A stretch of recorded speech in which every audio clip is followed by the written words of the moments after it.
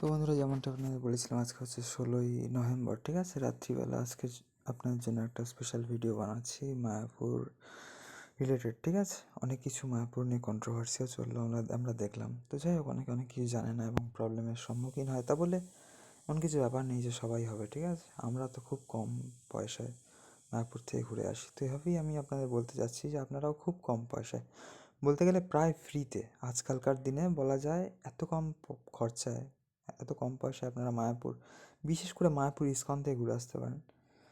তো এর মধ্যে সস্তা খুব কম জায়গায় হয়, ঠিক আছে? বৃন্দাবন থেকে হয়, বিশেষ করে বৃন্দাবনের ভারত সেবাশ্রম সঙ্গে আমি দেখেছি, আর মায়াপুর ইস্কনে দেখেছি। খুব কম খরচায়, ন্যূনতম খরচায় আপনারা তীর্থস্থান দিয়ে ঘুরে আসতে পারেন, ঠিক আছে? ভগবানের আশীর্বাদ নিতে পারেন, রাধা মাধব অষ্টসখী বৃন্দ নরসিংহদেব পঞ্চতত্ত্বের দর্শন করতে পারেন, প্রভুপাদের আশীর্বাদ নিতে পারেন, ঠিক আছে? প্রভুপাদের গুরু প্রভুপাদের আশীর্বাদ নিতে পারেন, ঠিক আছে? মানে অভয়চরণ অরবিন্দ ভক্তিবেদান্ত স্বামী প্রভুপাদের গুরু, তার আশীর্বাদ, আর তার গুরু ভক্তি সিদ্ধান্ত সরস্বতী ঠাকুরের আশীর্বাদ নিতে পারেন, ঠিক আছে? তো যাই হোক বন্ধুরা, এখানে ইস্কনের খুব কম পয়সায় আপনারা থাকতে পারেন। এক তো গৌরনীদা ধর্মশালা, আর এক হচ্ছে গৌরাঙ্গ কুটির।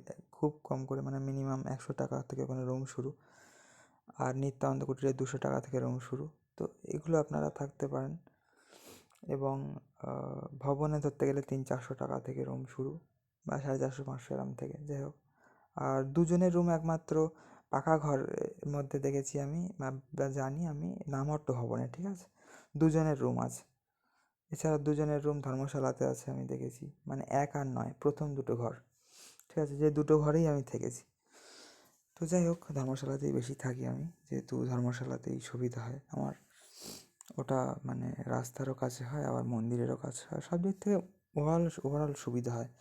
আর যেখানে প্রসাদের জন্য লাইন দিতে হয় না, গদা ভবন এবং চৈতন্য ভবনের মধ্যে, গদা ভবনের কিচেনের ওখানে সকাল আর রাত্রি, দুপুর আর রাত্রিরে, দুপুর বলতে প্রায় বিকেল হয়ে যায়, আর রাত্রিরে এখানে প্রসাদও পাওয়া যায়, কোনো লাইনের ব্যাপার নেই তেমন, ঠিক আছে?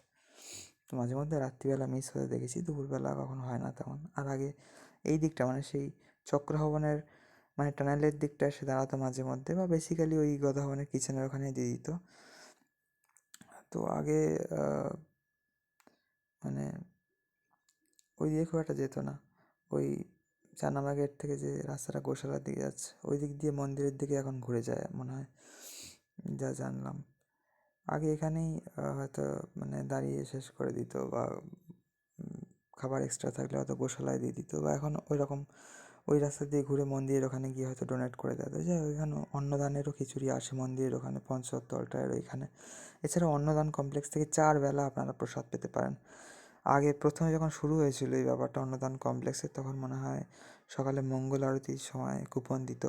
তারপর 4 টাইম পুরো ফ্রি করে দিল, লাইন দিয়ে খেতে পাবেন। এখন লাইন দিয়ে আপনাদের কুপন নিতে হবে, তারপর লাইন দিয়ে খেতে হবে আবার, যেটা খাওয়ার সময় টাইম লাগবে না তেমন একটা, যেহেতু কুপন সিস্টেম লিমিটেড রান্না হচ্ছে। তো আমি দুবার দাঁড়িয়ে কুপন পাইনি বলে আর যাই না। এমনি আমার ইচ্ছা নেই আর কুপন সিস্টেম করার পর থেকে। যখন এমনি লাইনে দাঁড়িয়ে খাবার পাওয়া যেত 4 বেলা, তো তখন দুপুরবেলা খুব ভিড় হতো। আমি চেষ্টা করতাম সকালে, বিকেলে বা রাত্রিরে, মানে সন্ধ্যেবেলা লাস্ট খাওয়ার হয় 7টার দিকে, তো খেয়ে নিতাম, ঠিক আছে? তো যাই হোক, এই হচ্ছে ব্যাপার। তো সন্ধ্যেবেলা 7টার দিকে খাওয়ার জন্য সন্ধ্যে আরতিটা দেখা হতো না, সেটা একটা প্রবলেম। তো যাই হোক, এখন আমি গদা ভবনের এখান থেকে খেয়ে নিই, আর ধর্মশালায় থাকি। তো এইভাবে আপনারা খুব কম খরচায়, বিনামূল্যে ধরতে গেলে, ঠিক আছে? ফ্রিতে তো হয় না কিছু, কারণ আপনাদের বাড়ির থেকে যাতায়াতের কস্ট লাগবে। সাপোজ সেইখানে রুম না পেলে অন্য কোথাও একদিনের জন্য অন্তত রুম নিতে হবে, বা ফ্রি প্রসাদ কখনো কখনো না পেলে আপনাদের কিনে খেতে হবে। একেবারে ফ্রি তো বলা যায় না, কিন্তু সব কিছু যদি ব্যাটে বলে লেগে যায়, ঠিক হয়ে যায়, সব কিছু যদি ঠিকঠাক হয়ে যায়, চলে, তাহলে প্রায় ফ্রি, প্রায় বিনামূল্যে আপনারা থাকতে পারবেন বলা যায়, ঠিক আছে? প্রায় মুফত কা মতলব তীর্থ ভ্রমণ হয়ে যায়গা, ঠিক আছে?